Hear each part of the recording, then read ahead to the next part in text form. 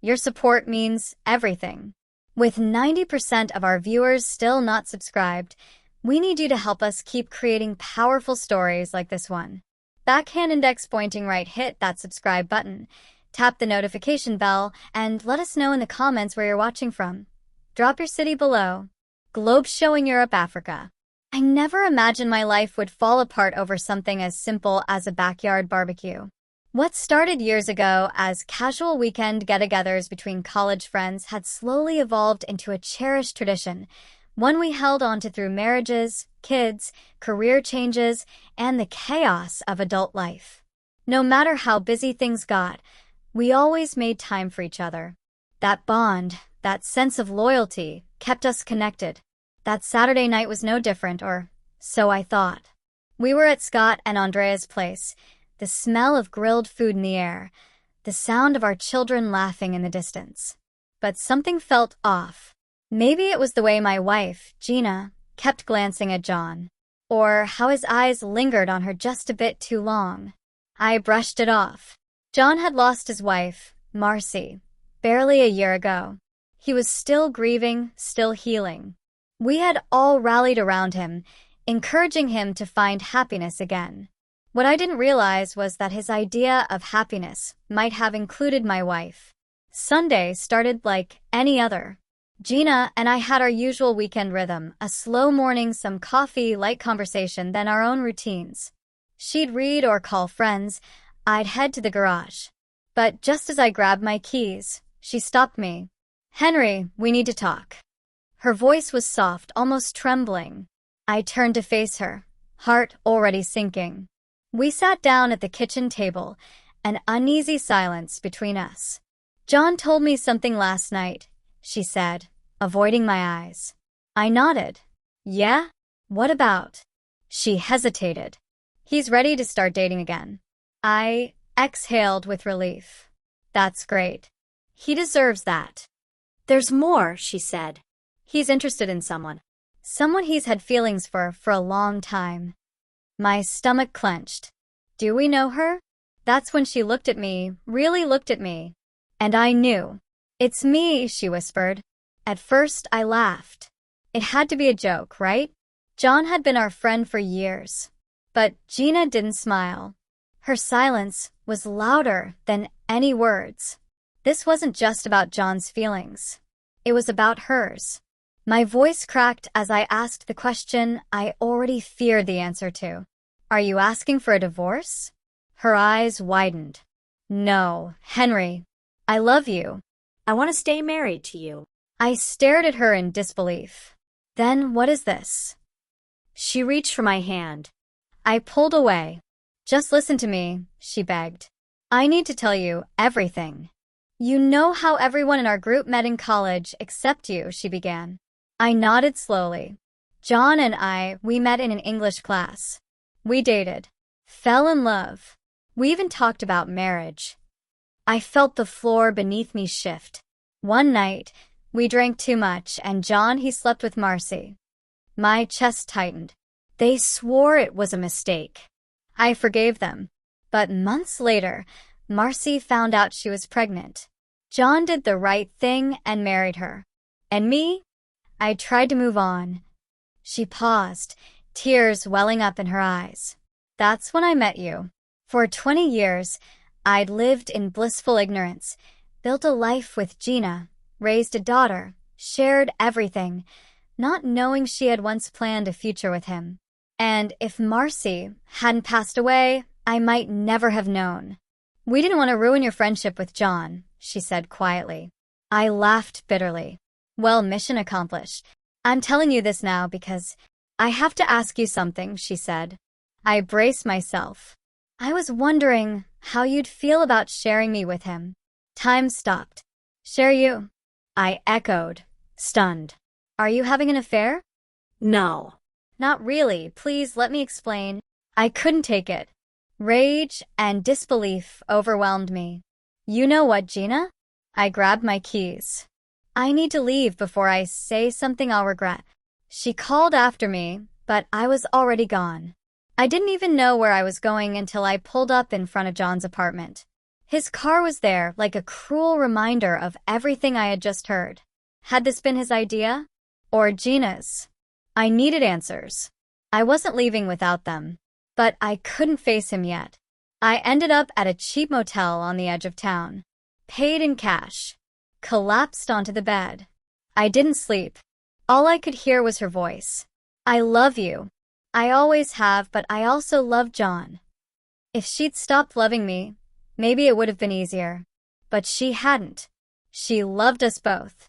And I couldn't live in the shadow of a past I never knew existed. By morning, I had made my decision. I wasn't going to be part of this arrangement.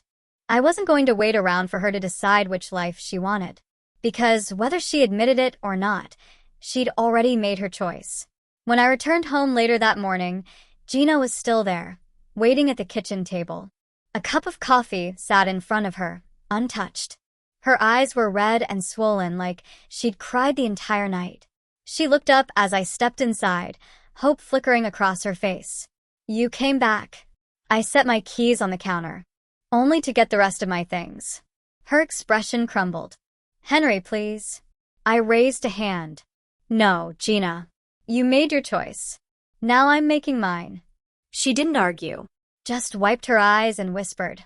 Where did you go? A motel. You could have stayed here. I let out a dry, bitter laugh. Stayed here? While you plan how to divide your time between me and John. No, Gina. That's not how this works. She stared down, gripping her coffee like it was the only thing anchoring her. I don't want to lose you.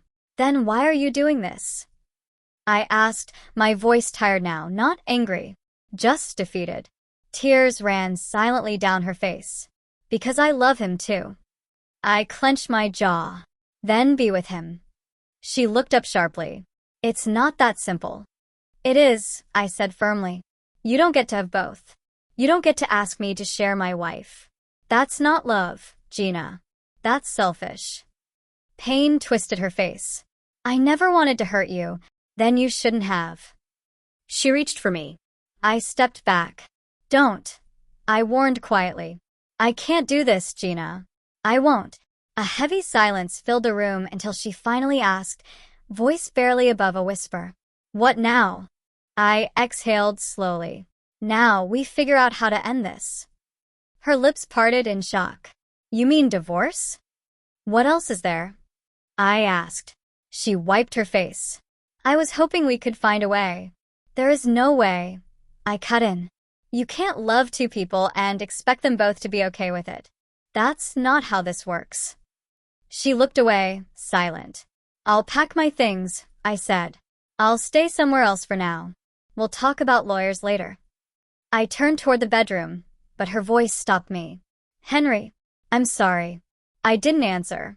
Packing was harder than I expected. Every drawer, every photo, every closet held memories, echoes of the life we'd built. It wasn't just the end of my marriage. It felt like the end of my entire world. Halfway through, I had to sit down. My hands were shaking. My thoughts kept circling back to John. Had he planned this? Had he been waiting all along? Or was this always inevitable? I checked my phone. No messages. No explanation. No apology. That wasn't going to stand. I zipped my last bag shut, loaded it into the truck, and drove straight to his apartment. John opened the door almost instantly, like he'd been waiting. No surprise in his eyes. No guilt either. I stood stiffly at the threshold, fists clenched. We need to talk. He stepped aside. Come in. His place was spotless. Too spotless. Like he'd spent all night scrubbing it to keep from thinking. He motioned toward the couch. Henry, I know you're angry. Angry? I scoffed. That doesn't even begin to cover it. He rubbed the back of his neck. I never meant for this to happen like this. Oh, really? I laughed bitterly. Then tell me, how did you see this playing out? I don't know, he stammered. I love her. My jaw tightened. Yeah. And you think that gives you the right to go after my wife? He winced. I didn't want to take her away from you. I couldn't keep pretending. You had 20 years to move on, I snapped. 20 years. But you waited until your wife was gone, and then decided to confess your love to mine. It wasn't like that. Then what was it? Silence. I scoffed. That's what I thought. John swallowed hard. Look, I know you hate me right now. I don't hate you. I cut in coldly. I pity you. His brows furrowed. What? You had your shot. And you blew it. But instead of letting it go, you poisoned what Gina and I built.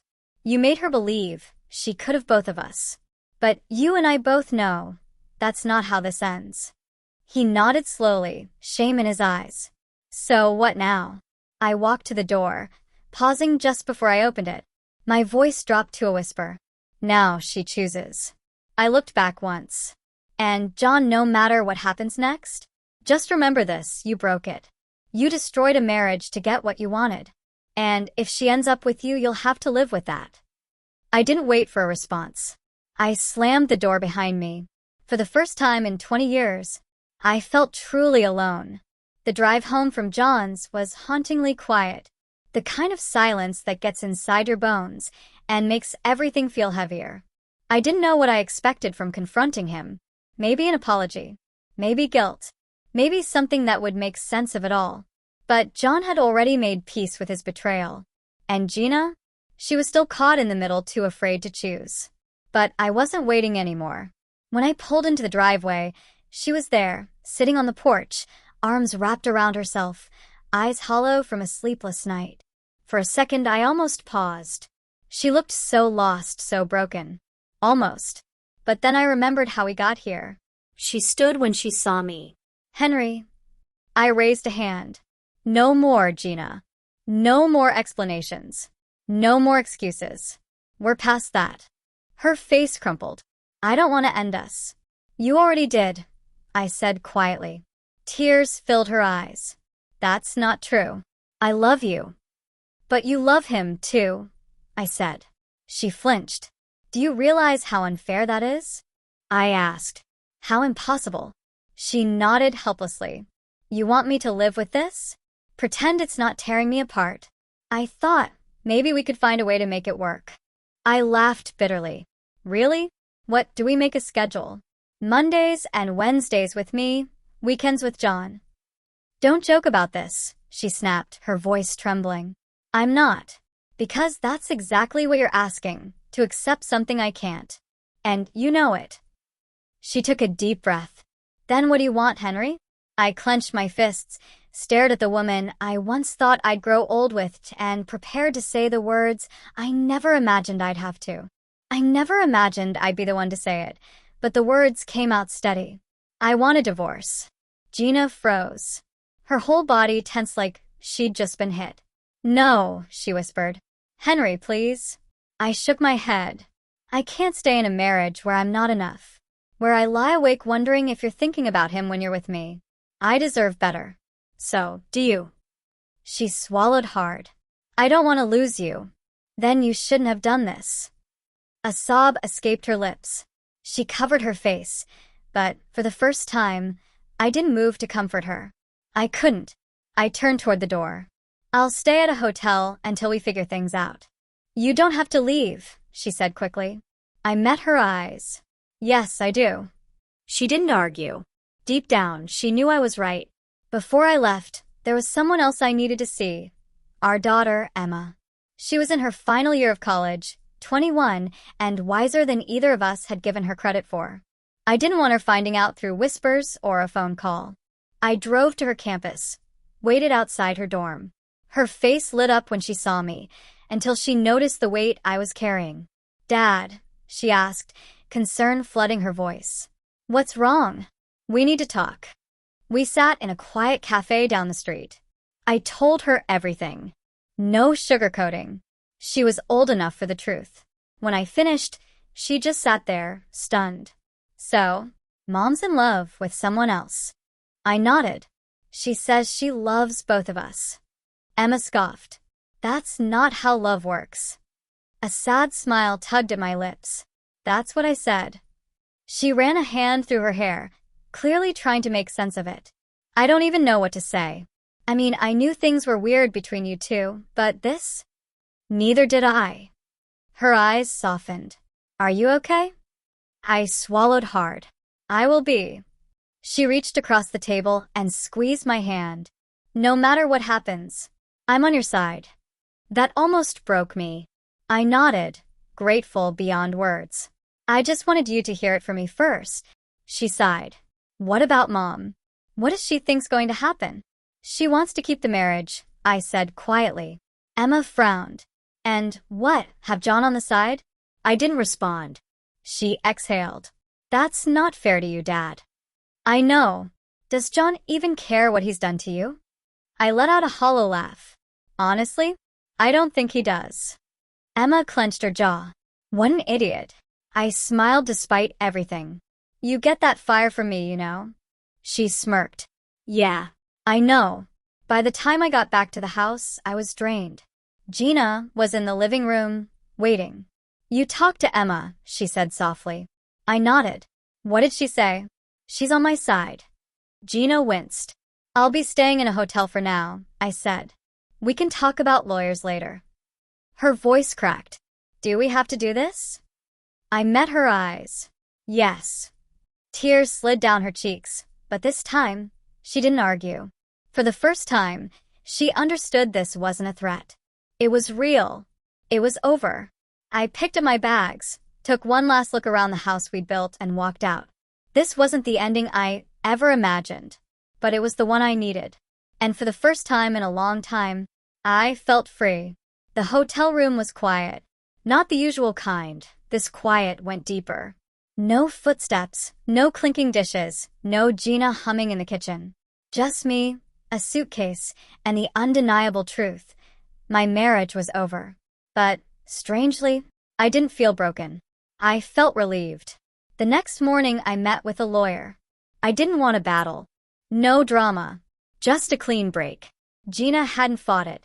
She called the night before, her voice thick with sadness. I don't want this, Henry, she whispered. But you want him, I replied. She didn't answer. She didn't have to. I signed the first set of papers that morning. And for the first time in weeks, I could breathe. I hadn't planned to see John again.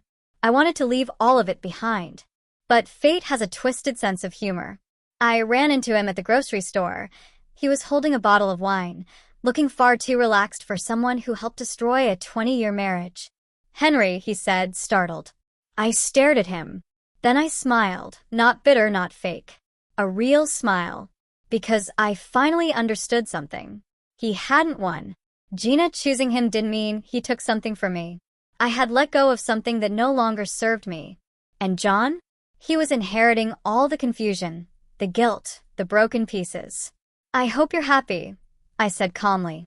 He shifted uncomfortably. Henry, I shook my head. No need. I'm done. I don't hate you. I don't hate Gina. I'm just moving on.